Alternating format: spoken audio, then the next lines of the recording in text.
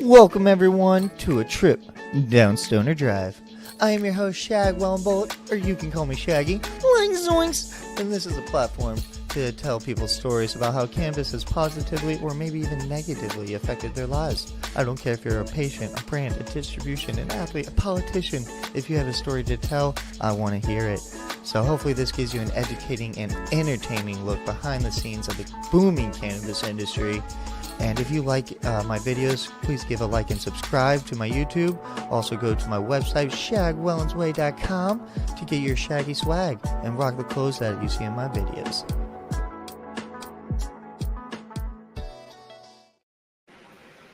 What up, everybody? I am Shag Wellen. I'm your host today, and today I'm so excited because I got to just tour Consensus Holding, which is a massive distribution center, and they have so many brands under them. So I'm excited to talk to the team, and let's get started with our first guest. Welcome to the show. If you want to introduce yourself. Yeah, my name's Gianni Woodfield. I'm the Director of Revenue over at Consensus Holdings. Like Shaggy mentioned, we're a brand distribution here in Arizona, housing over 9 brands, many top performers in the category. So I'm really excited to come chat with you guys. Awesome. I appreciate it. Plus, we're going to get the hash maker on and maybe some other people from the team. How long have you been a part of Consensus?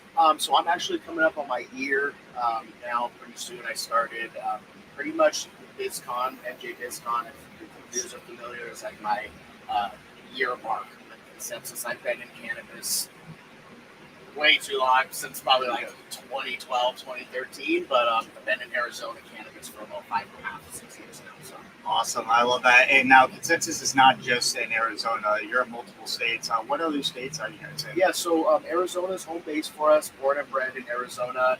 We have operations out in Mexico, so we're actually starting to kind of ramp up there. And then we have a small footprint in Missouri as well.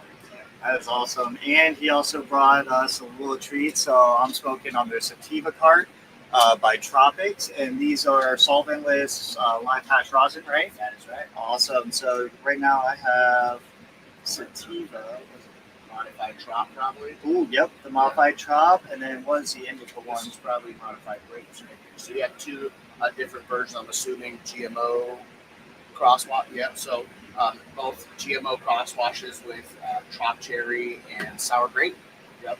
So a couple That's different easy. ones. You know, you get the modified GMO in there, get that kind of gassy, sticky taste, and then the Trop and the other ones get a little bit more of the sweetness to it. So. Now, I just want to see your guys' answer. Do you guys do full gram of the rosin, or is it just a half? Just half gram. Just half gram. I think and Logan speaks on it really well too, but I think half gram really preserves as much as you can without there's degradation, there's sun damage and stuff like that. So people ask us a lot, they're like, how do I get more? I'm like, buy more vapes now. Yeah, no, absolutely. Honestly, I think that is a good call because some people, they just burn off after a half gram and it doesn't taste the same. The effect's not quite as there. And so I think it's good not to damage your quality just because people want the bigger stuff. And that's why I really see people like, oh, I got a 2 gram cart. I'm like, why would you do one? Why? Yeah. I was like, I don't want a cart normally unless it is a rosin. I love my flower. But I just don't get why people would want bigger carts because then eventually your quality is not going to be the same from when you first get it to when you finish it. And rosin's such like a unique, you have terpenes and other cannabinoids that you're not finding in distillate, which just tastes, which for some people that's what they need. But also I think, we use the O2 Vape, which is a really awesome company. Shout out to O2 Vape. Love you guys. I think some of the best hardware for rosin, glass fading. Kind of you can see it, you can't the color and the looks and the taste and everything go alive with it. So yeah, really, really love it. Really clean, nice. So besides just Tropics, what are some of the other brands that you guys have under you? Yeah, it's a lot. So let me no worries. So Sublime is kind of like our mother brand. We've been in Arizona. They've been in Arizona for 10 years. So we came up on a decade in September, which I think in any cannabis market is really freaking hard. So very, very proud of the team. So Sublime's our main mother brand. Tropics obviously is our solventless high hash rosin brand. Sublime. We do edibles such as pretzels, caramels, chocolates, lollipops, you name it, we probably make it. Hot Rods is our next brand. It's a half gram infused pre-roll. We We sell upwards of 40,000 units a month of that. It's climbing the ranks in the infused. It's insane to see that. Pre-rolls in general, I think, are such a big hot topic right now, but infused pre-rolls are even more so. Hot rods is our next one. And then actually we just brought on Corolla as one of our house brands, really great partners of ours. Were previously in Arizona with us about 10 years ago, pretty much, and then relaunched them in September with True Leaf. So they were available in all their stores, and now since have grown into the Flower Shop and Green Farms and a few other doors to get them going. And then Huxton will be a next one. So those 5 core brands are pretty much like we have IP for. We control all branding, sales, marketing, and then we help distribute about 5 or 6 other brands. Keef Cola, shout out Keef Cola, love our guys over there. That's a carbonated soda. They also do medicated like lemonade cocktails. Okay. I haven't tried the lemonade yet, so I'm excited really to try that. They're really good. They come in like a nice cowboy can. You can drink it or you can mix it with stuff too. Also that. Sip, which is like a little 100 milligram. Like imagine it's literally like a 5-hour energy bottle. Yeah. Also can be mixed. Sometimes people like to just knock it back like a shot, you know. We also have Sauce, which is a vape company. Oh, I like Sauce. They're out in Cali, so they operate under us out here. We have Franklin's, which is the blunt brand that's based in Missouri. Just brought them out. September-ish is about the time they launched as well. Birdies, which is a straight roll joint. Yeah, multi-pack. Yep, they're also in California-based brand. Kiva, also under us as well. Shout out to the Kiva team. And I think I got everyone in there. I'm always talking about, there's so many. So now, especially as a sales rep, that's got to be, I mean, very great, but also a little confusing as well. You're like, what are you looking for? Because you don't want to list off every item. So you're like, all right, what are you looking for? These are the brands I want to hook you up. I come from, I started a brand out here that was just an infused pre-roll. That's all we did. It was a gram and a half gram. Okay. That's it. So when I took the job here, it was definitely like, hey, it's not like G coming in with just the one. Yeah, I got a whole book and stuff for it. But like you said, it's kind of allowed me, like, you can't pitch everything to everybody. You know what I'm saying? So you got to pick and choose and find, then you surf and find the right thing for the right store. So it's been different, but really dope to work with all those things. Awesome. And then how have you liked stepping into the role, and like what's been different from your previous roles? Yeah, so I traditionally come from like I think a lot of us started in black market wholesale, going to Farmers Cup and all these different ones we're used to then. You know what I mean? And doing wholesale, traditionally in my like normal job, I did retail at Vans, so I come from retail. But then when I graduated from ASU, I went to the community college in Orange County, shout out to OCC, the Devils, that was ASU. I graduated with a marketing degree, so it was it's called digital audiences, so it was a social media driven, still CPG marketing, but I learned social media side of it. Very important. Yes, for sure. Oh my God, for sure. I almost say brand. I mean, I'm glad we have great product, but you also have to have a brand behind it. And sometimes it's not always the best product, but the brand's great. And exactly. But so when I graduated, was doing shoes. It's like not passionate. I loved working for Vans, the dope company, obviously California-based company, but I'm like, dude, I'm not passionate about selling shoes. So started at Harvest, which is now True Leaf, as a shift supervisor. So I stayed in retail, but when I graduated, took a whim, like worked with our marketing department. I was like, I graduated, I have a degree, whatever that means, you know what I mean? And there was this position opening, so I started doing community engagement for Harvest and True Leaf, which was really just like events. So I got to meet a lot of people, met my homies. I was still new to the industry, so met a lot of people there, and then eventually was approached by the brand I helped. It's called Reefers, Refuse Pre-Roll brand. Took them from a zero when I met their owner and was employee number 1A or 1B, whatever that looks like. When I left, we sat at $6 million in sales, about 100 doors in Arizona. So, and I was in about a year and a half, so the brand grew exponentially. That's where I kind of learned sales and took my branding and marketing side and kind of integrated it with sales. And Leah, our COO here at Consensus, is a really good friend of mine. I was like, hey, I'm looking for an opportunity. I want to expand and grow, and they were like, let's do it. So we got to get to see for the 5 brands I mentioned at the beginning. I get to oversee all the sales, marketing, and branding, and help build a team. Found Logan, who you'll talk to right now, our sales reps, everyone, and got to kind of integrate replicate some of the stuff I learned and take the already awesome branding team that they have and just expand it. Okay, yeah, no, I absolutely love it. And the biggest thing I really liked hearing about was the edibles are allowed to go to 1,000. So you actually had the Corova Black, is it the Black Bar? Yeah. Yeah, so they completely took that off the market in California because edibles aren't allowed to go to 1,000, but sublinguals are. So mints, tinctures, FSO, they can all Really? go up there. But the Corova Black Bar went away, unfortunately. And so the fact that you guys have it, I might have to go to one of the dispensaries and get it. All True Leaf, Green Farms. If I have some hundreds, but yeah, if you can grab the 1,000, it's an experience. To say the least. Yeah, it's only medical. The medical market, unfortunately, I think in a lot of states that go rec has been declining, especially in Arizona. But it's been so crazy to see. We launched both 100 and 1,000 milligram SKUs, and 1,000 milligrams actually outsold and outpaced the hundreds, which I think is a testament to their branding. Like, people know Corova, but it's cool to see that there's still a medical edible shopper out there. So yeah, it's super good about that. Now, since it's a lot of people don't realize unless you're in the industry about distribution, why do you think it's so important to the industry to have a distribution? Yeah, I mean, I hate comparing us to like alcohol, but I think there's a lot of similarities. Prohibition and now where we see, I mean, like, look at like Anheuser-Busch, right? Yep. They make Coors and a bunch of other, I can't even name all of them. And they're all under one, right? and really, like, number one, I think what we strive to do is make it easy for customers. So, like, instead of me going to a buyer with 9 other people or us being all separate and not working together and having this dude or lady talk to 9 people, instead, I mean, they have, some of our brands have reps, but you can deal with me or a sales rep. It comes on one van. You don't have to worry about it. You order from one leaflet menu or whatever platform you're using, order form, whatever that looks like.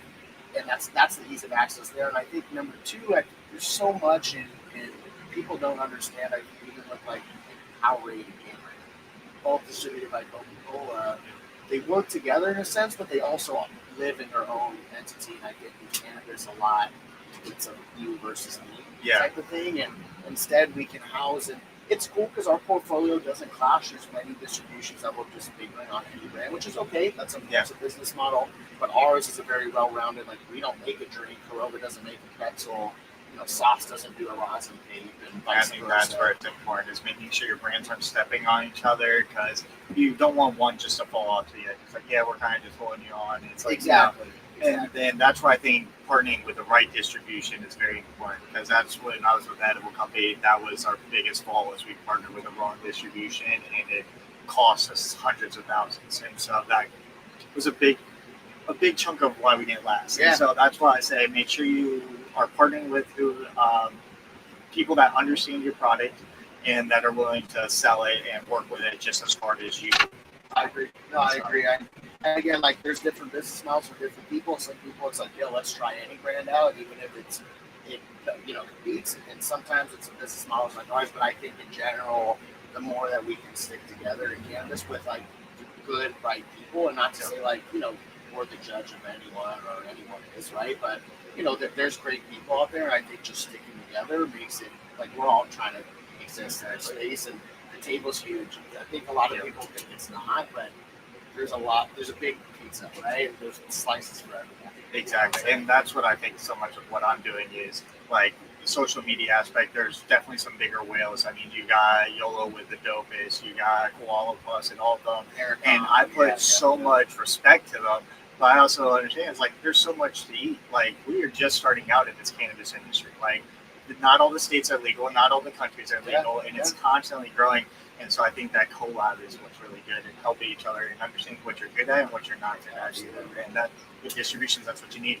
It's with the marketing, with the sales, maybe with just the facilities and the access to certain stores. Just to do it, giving someone a space. And I think Arizona is a really unique market. There's 180 something licenses, but there's 40 to 50 unique buyers. So really, like, how does someone come here that doesn't know anyone without any connections and make it? It's hard. I mean, you can do it, but I think what also they can offer is the relationship based. I like, these are our people. We talk to them. We have the same vision, and our people that already trust us to use our brands go, well, if they're with you guys, then like we want to rock with you. So I mean, obviously, like sales and promotions all have to be right. That's on their brand to do, unless it's ours. But yeah, I think there's like you said, a way to bounce off of each other and still let us all.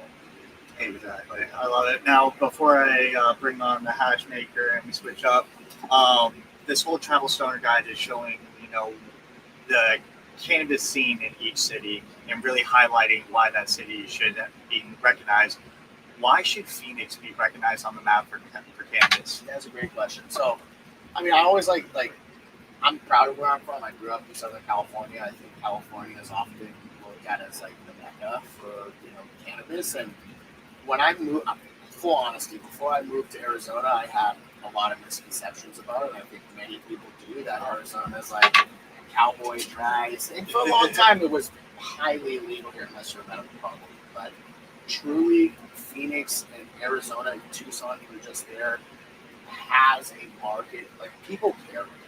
I mean, you can go on Zona N, Southwest ends, wherever you want to go, and there are connoisseurs of this market. And I think it goes to show with Tropics being a high-end rosin brand that people are searching for the quality. People are searching for the next high-end thing. And I think, yes, there's, the brands of the world that do the everyday product, but truly I've seen a community in Arizona that's unlike even California. I think California is so big, it gets clicky, but Arizona truly, like, your people here, and the people that are here really expect the best, and it pushes operators like us to always be the best. And if we're not, how do we get there? So really, like, Arizona welcomed me with open arms. I think this is one of the best, cannabis communities that you can find out there, as far as people that are turf chasing, looking for the next best thing in terms of quality and innovation. So yeah, shout out to Arizona. I think you're crushing it. No, I think you guys are doing a great job. The thing I have to say is your prices are way better than ours, and that's a lot of our tax and regulation. But I think some of our top shelf is still just slightly better. But like the buds I'm getting for $20 to $30 for an eighth is way better than the quality of $20, $30 bud eighths I'm getting in California. Yeah, so. I think Arizona has. I think there's some price compression here for sure, but many markets are. It's a tough time, right? But in the same breath, there's also affordable to Kansas, because we understand that here that California, there's LA and San Francisco and San Diego, and you're balling right there. And not that there's not places like good places here, but I think we understand that it doesn't always have to be like boots the most price, $80. But like, to your point, I think there's room for improvement, but there's definitely people out here that are pushing it. Absolutely. And thank you for last week of allowing me to go to Trap Culture's Crossfaded event, their Halloween event. It was a blast, so shout out Trap Culture. But yeah, I was able to go in because of Gian here, and or Gianni. And just, it's showing that collab again, because Event High, Delia connected us, and then from there it's been able to come to a tour of here and be able to go to these events. So appreciate it again. Thank you. And then where can people follow you or keep in touch? Hey, you can follow me on Instagram. It's at smokingfire480_. Or you can add me on LinkedIn. If some people do that for LinkedIn. It's just Gianni, Gianni, Khalil, Khalil. Awesome. Well, I appreciate you coming on. And now we're about to bring on the hash maker, so the science and the genius behind everything. So if you have any questions, please ask them. Also, let us know where you're tuning in from, what you're smoking. Hey, how's it going, brother? Good. Thank you so much for coming on. Thanks for having me. So first, if you want to introduce yourself and your role with Consensus. I'm Logan Jarman. I'm the director of hash, director of solventless extraction for Tropics, or Consensus. It's their solventless blend. Heck yeah, so and it's really nice. I've been enjoying this one. This was the modified Trop. And so going into these, as I was talking with Gianni, is I love that you're doing half it. So you're not willing to risk the quality for the quantity. Yeah, a lot of people want the full grams, but they don't understand that once you get halfway through a half gram, it's already burnt. And I don't even use these vapes that often. I prefer it for just on the go. So if I'm smoking it just for whenever I'm running to the grocery store or at work, I mean, but whenever you're on the go, you want to preserve the flavor, and you're not smoking it to get stoned, it's just to give you a little pick me up. So the half gram I feel like is perfect for that. If you're really trying to get that high or like the full flavor, I would hope you'd want to sit down and smoke out of the rig and everything. Because pen isn't my to-go, but it's great. The thing is, it's so convenient for on the go everywhere. I can't take my bong and my rig with me everywhere. I can take a puff cup and then your Q-tip in it. So it's like it is the ultimate like discreet. You can hit it in the shoppies, like at the store, wherever. Like, and I think that's it. Easy on the go, or people that were nicotine smokers a lot of the time that were vapors. This is our switch over. So I definitely understand it, but obviously you like making more of the rosin stuff. Yeah. You guys do more of a cold cure, or what's kind of your process? Yeah, so we do a cold cure. I am a stickler for. I just want to do it right. If I can take a week extra or a month longer and do it the right way, I'm gonna take the extra time. And the cold cure is hands down my favorite way. So we have a cold room that we wash in that is about 40 degrees. So after I press, I'll put it in a jar and I'll leave it in there for usually around 2 weeks, but we can go up to 2 months for some of our cures. Yeah. So I think it was the Trop cookies that we had. Took 2 months to cure in the cold room, but the flavor coming out of that it's uncomparable because you can rush it and put it in the oven if you want and get it cured the same day just to push it out. But if you smoke side by side the flavor, like for somebody like me who's such a stickler, it is uncomparable the flavor difference that you get. Oh, absolutely. And that's what I love is, one, you have the space to do it, so you have that opportunity. But for people really willing to take the time, I think cannabis is one of the easiest plants to work with, grow, or do whatever, as long as you don't skip steps. Yeah, that's a lot of people are always thinking like, oh, it's so skilled, you take so much skill. And it's like, no, it's more passion. Yep. It's like you have to want to do it right. Exactly. But once you do it right, it's not that hard to just continue doing it right. Yeah. Once you learn how to do it the right way, it's keeping up the process. Other than that, it doesn't take too much skill. It's more of a want thing. Now, there's so many different roles in the cannabis industry. What kind of pushed you to get into the hash role? I started on the black market at an outdoor farm up in northern Arizona, and we used to make temple ball hash.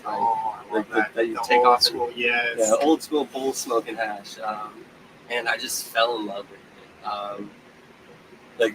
I fell in love with the process from start to finish. So I loved going out there and watching the plant grow, and then at the end of the season, what we can make out of it, and not just have one finished product. You can have a whole array, like edibles, concentrates, flour. So I just fell in love with that. But the concentrate was always so intriguing to me because there's so many different ways to do it. And I was a big BHO smoker back in the day because we used to blast. That's all we used to have. Yeah, we used to blast our own BHO on like.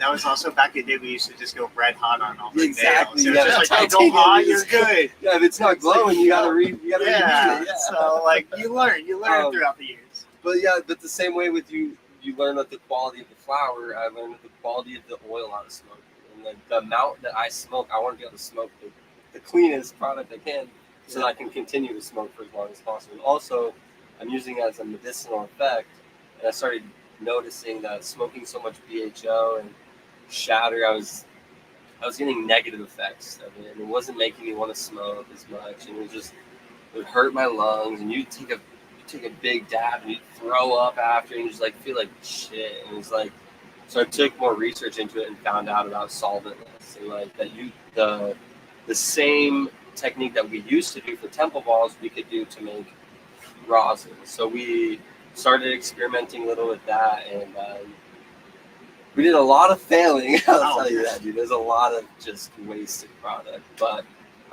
once I found out how to make rosin, never turn back. I've always wanted to just be able to make the cleanest product and to share it with others. Because the number one issue I feel like we have in cannabis is uneducated consumers. Absolutely. So people don't know what they're putting in their body at the end of the day. And if I can go out and tell you, like, look, I'm not going to judge you for smoking distillate. If I wasn't making rosin, I couldn't afford to smoke with it as much as I would. But I'm going to educate you and like, look, maybe you do need to smoke this much, but maybe you can, instead of buying 5 distillate pens, you can buy 1 distillate and 1 rosin, or like 3 distillate and 1 rosin, and then mix it up and just try to get yourself a little bit of more distance from that lesser. Keep it the most natural as possible. Exactly, and like, not everybody has to be a hippie. Like, I prefer organic, freaking living soil, weed, and all this, but it's not always attainable, and it's not always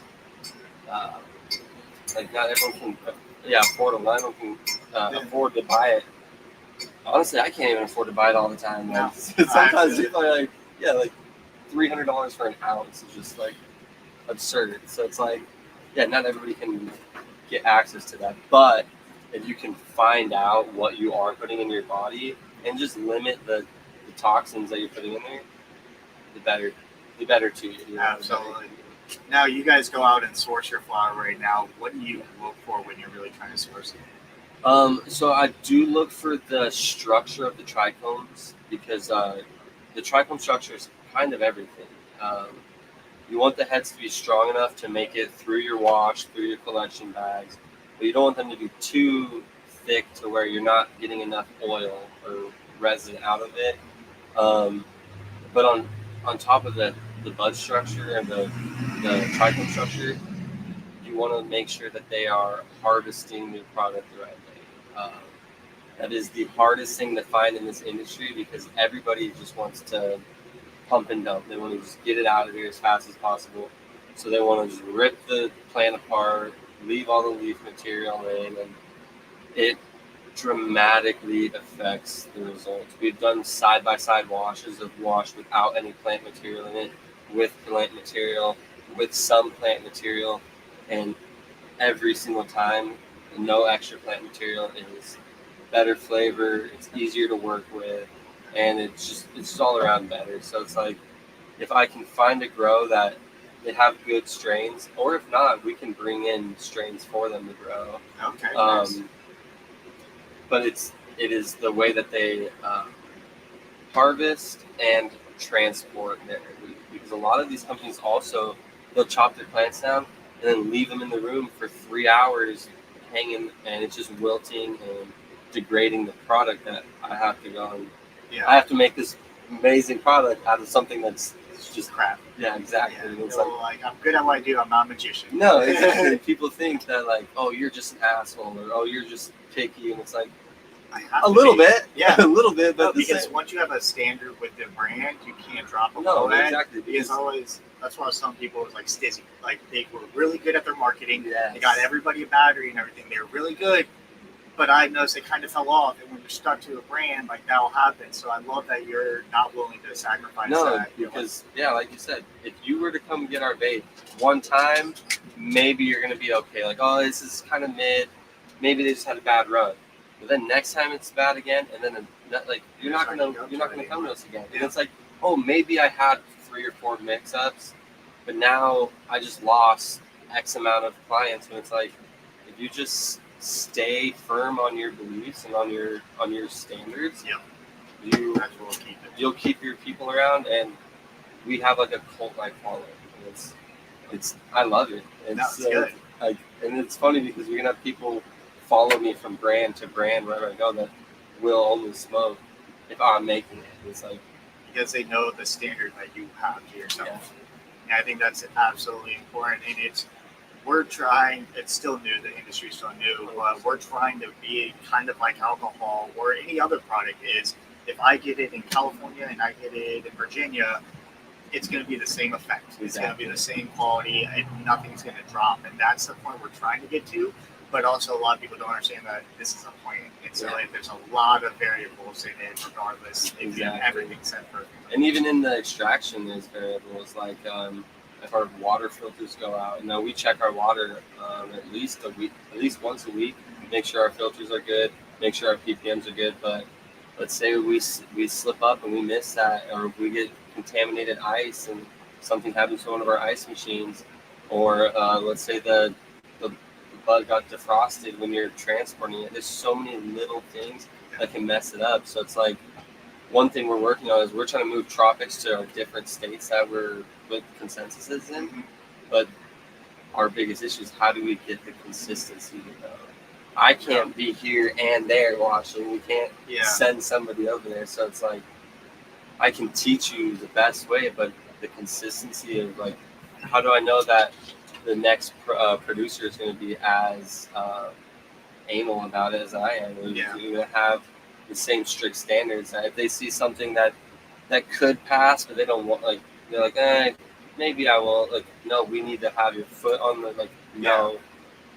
And that's where it is. Otherwise, you're wasting lots of money, thousands of dollars. If you mess up a whole batch of oil or wash or so, like, that's gone. Yeah, they don't understand that it takes a lot. Like you saw earlier, the pucks that I have in the vacuum seal, that was from hundreds of pounds of weed. So it's like, if I mess up on that right there, there's 100 pounds of weed gone. Yeah. You know? I think I did the math once. I think it takes like 9 pounds of weed to make one puck. So it's like, what happens when that puck's gone? There's 9 pounds of weed. That's if it's even that's $100 a pound. That's $900 out the window because I messed up. The growing, like the time. Oh, the time. You don't ever get your time back. So it's like I try to tell people, it's not just it's the company's money. Like, no, this is the livelihood of the company. If I mess up, we're all losing money. So it takes a lot of that's what I'm saying. It doesn't take a lot of skill. It takes a lot of patience and passion. You have to really care about what you're making to be able to make the product consistently good over and over every time. You have to treat it as if it's your brand, even though it's not. You have to treat it like it's your livelihood. 100%. And like, as selfish as it sounds, is like the reason I got into making hash is because I wanted to smoke the best. I was like, I obviously can't afford to be buying rosin every day. So I just decided I'm going to start making it. So like on the farm I was at, we're like, hey, I have to smoke this. So we have to make it. And then, I was lucky. I was blessed enough to come to Phoenix and there's a legal industry and I was able to pursue my skills not in a legal way, you know? And that's the whole thing is a lot of us just want to switch over to it and it's just an opportunity. Because we all love the plant, so it's just finding an opportunity. It sucks because it's so many of us love the plant, but you're so scared of the repercussions you get from the law. And it is a great thing like that we have the industry, but also it's so hard because there's only 10 to 20 rosin companies in Arizona. So it's like there's over 100 people that know how to make hash and that love to do it. And it's so hard to be able to get your foot in the door and be able. So I was so blessed to not just be able to be with the company I was before, but this is my third company to be with, and to also be able to bring more. What is it? I'm like being able to bring more value to the company with myself, which is like. And that they trust you to bring your own team on too. Yeah, that's really cool. When you find somebody that you really work well with, like it's awesome.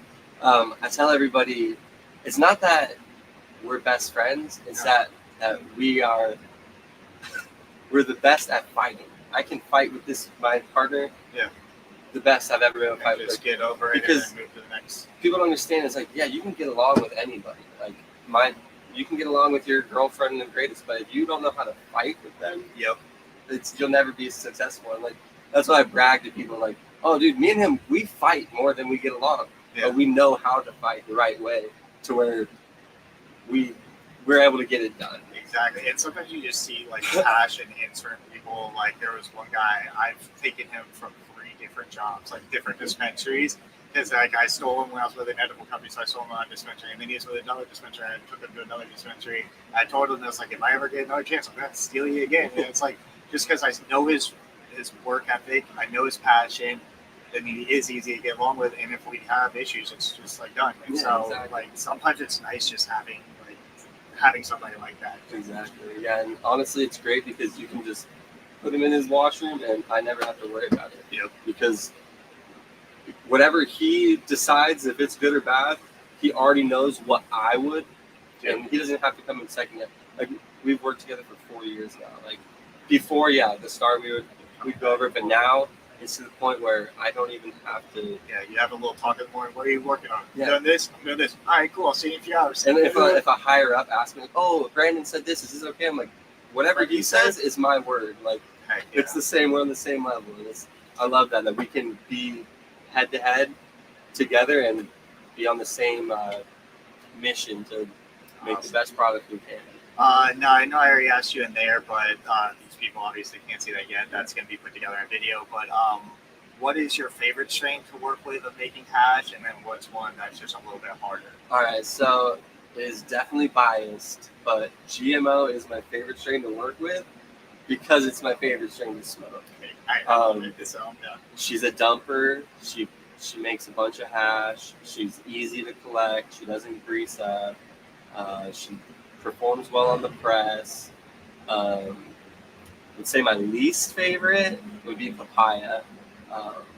I love the flavor. It is super greasy in the bags. It's just a mess to collect. We always have to clean everything after. It's deep cleaning day whenever we do papaya. And then on the press, she's just super goopy, just doesn't want to come off the parchment paper. And then with the cures, she cures super fast to where I feel like I'm maybe losing out on some of those volatile terpenes. But there's nothing I can do. I literally put it in the freezer and still won't cure overnight. But and that's what people don't understand either. It's like when you're pressing different things, they can turn out different colors, different consistency. Like those terpenes really play a lot of role in. It's a very common question. People be like, "Oh, how do you wash?" or "What temperature do you press at?" or "How long do you freeze dry for?" And I was like, "I don't know." Yeah. Because like every single strain is different. Some strains I can press at, like I have with my last company with a Trop Cherry, I could press that at as low as 120 degrees. Damn. Which is like insane. Yeah.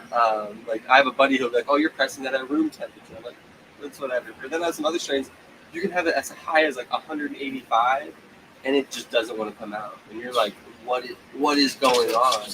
So it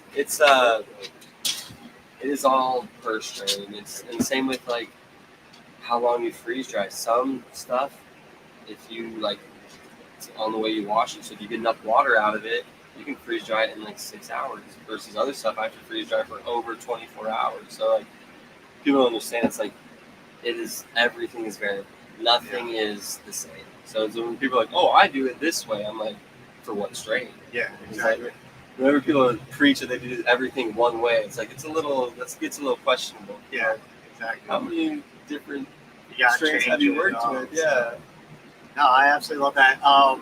We'll kind of wrap up soon, but the question I wanted to ask, that I asked Gianni, is with this tour, I'm trying to show why each city should be on the map. So why do you think Phoenix should be on the map for Birdies? That's a good one. I'd have to agree with him about the passion. We have a lot of passionate people about the plant. Like I was saying, not everybody can make it in this industry because it is small. So we have a very large black market that still keeps that market alive and keeps the love of the plant alive.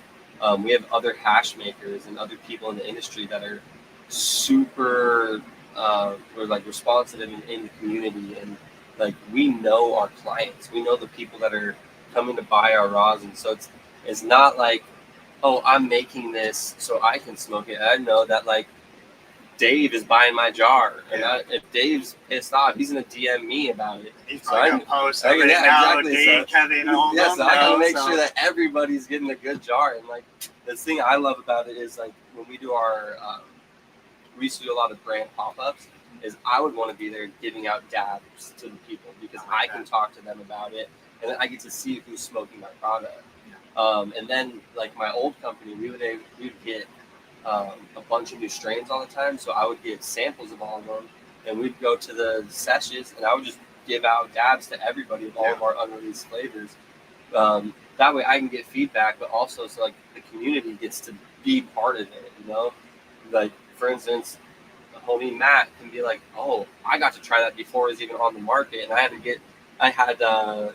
had say in if that should get released or not, or if we should get mixed with something. When it gets dropped, and they're like, oh, I gotta go do exactly. that. Like they already know. So it's like it's really cool to like bring the people into the lab because a lot of this like I'm so spoiled that it's like I'm blind to a lot of this stuff. Like I get to smoke fresh press, I get to smoke full melt, I get to smoke the cold cure as soon as it's done.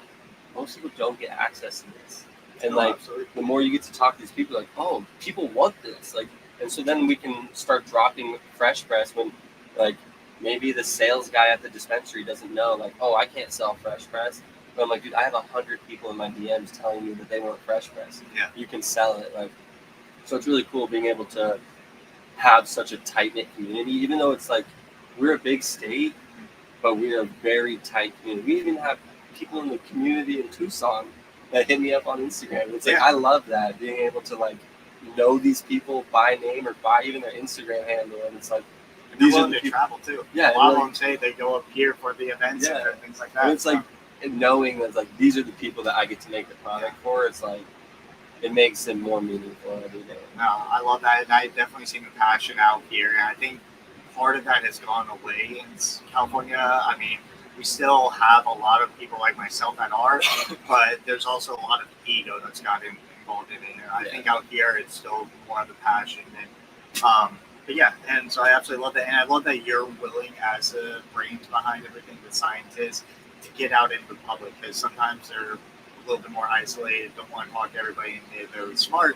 but they're not getting that direct feedback from the customers, and then the customers aren't learning directly from them, because you can train somebody, but some sales reps can't explain it like you can, and then also vice versa. If they're putting some feedback, the sales rep isn't always going to tell you about that feedback. So I think it's really good and very important that you're out there in the community talking to people directly. You're only as good as your knowledge, and if you're not out there communicating with people, how are you going to know what they want? And I think it's really great that we have a tight team with me and Gianni who communicate almost every day. So I know what he's doing. I can tell him what people are hitting me up about, and then we can actually go together to some of these classes and teach the bud tenders about the product, or even the events, and go and talk to people. And like that's honestly my favorite part, is just being part of the community. Because like you said, a lot of these guys have big egos. They think they're better than the people who are buying their product, and lock themselves away. And it's like, I'm not better than anybody. Just because I make hash does not mean that I'm any better than you or anyone else. We're all equal. So it's like, I would love to share my knowledge with you, because I know that everybody has something that I can learn from them. You know, I can learn something about photography and all this stuff, and you can learn something about hash, and like that's what the world's all about, just sharing knowledge. Yeah, no, I completely agree. Thank you so much. If you want to tell people where they can follow you or find you. You can follow me on Instagram at lookback_stunts, and that's basically it. No worries, Steve. Thank you so much for coming on and being a part of this. I think this is very informational, and it was so cool just seeing behind the scenes. I honestly appreciate you coming by. I love sharing my lab with anybody who wants to come see me. Awesome. Oh, actually, one last thing. What is one product that you have now that's your favorite, or one that's coming out that you can tell us about? The Corova twerp ropes are so good. They're going to be rosin infused. Right now they have distillate infused ones, which are okay, but the rosin infused ones are just different. That's probably the newest one coming out. So look at your local shops. The rosin or solventless twerp ropes from Corova. Yeah. Awesome. Well, thank you, brother. Thank you. Have a good one. You too.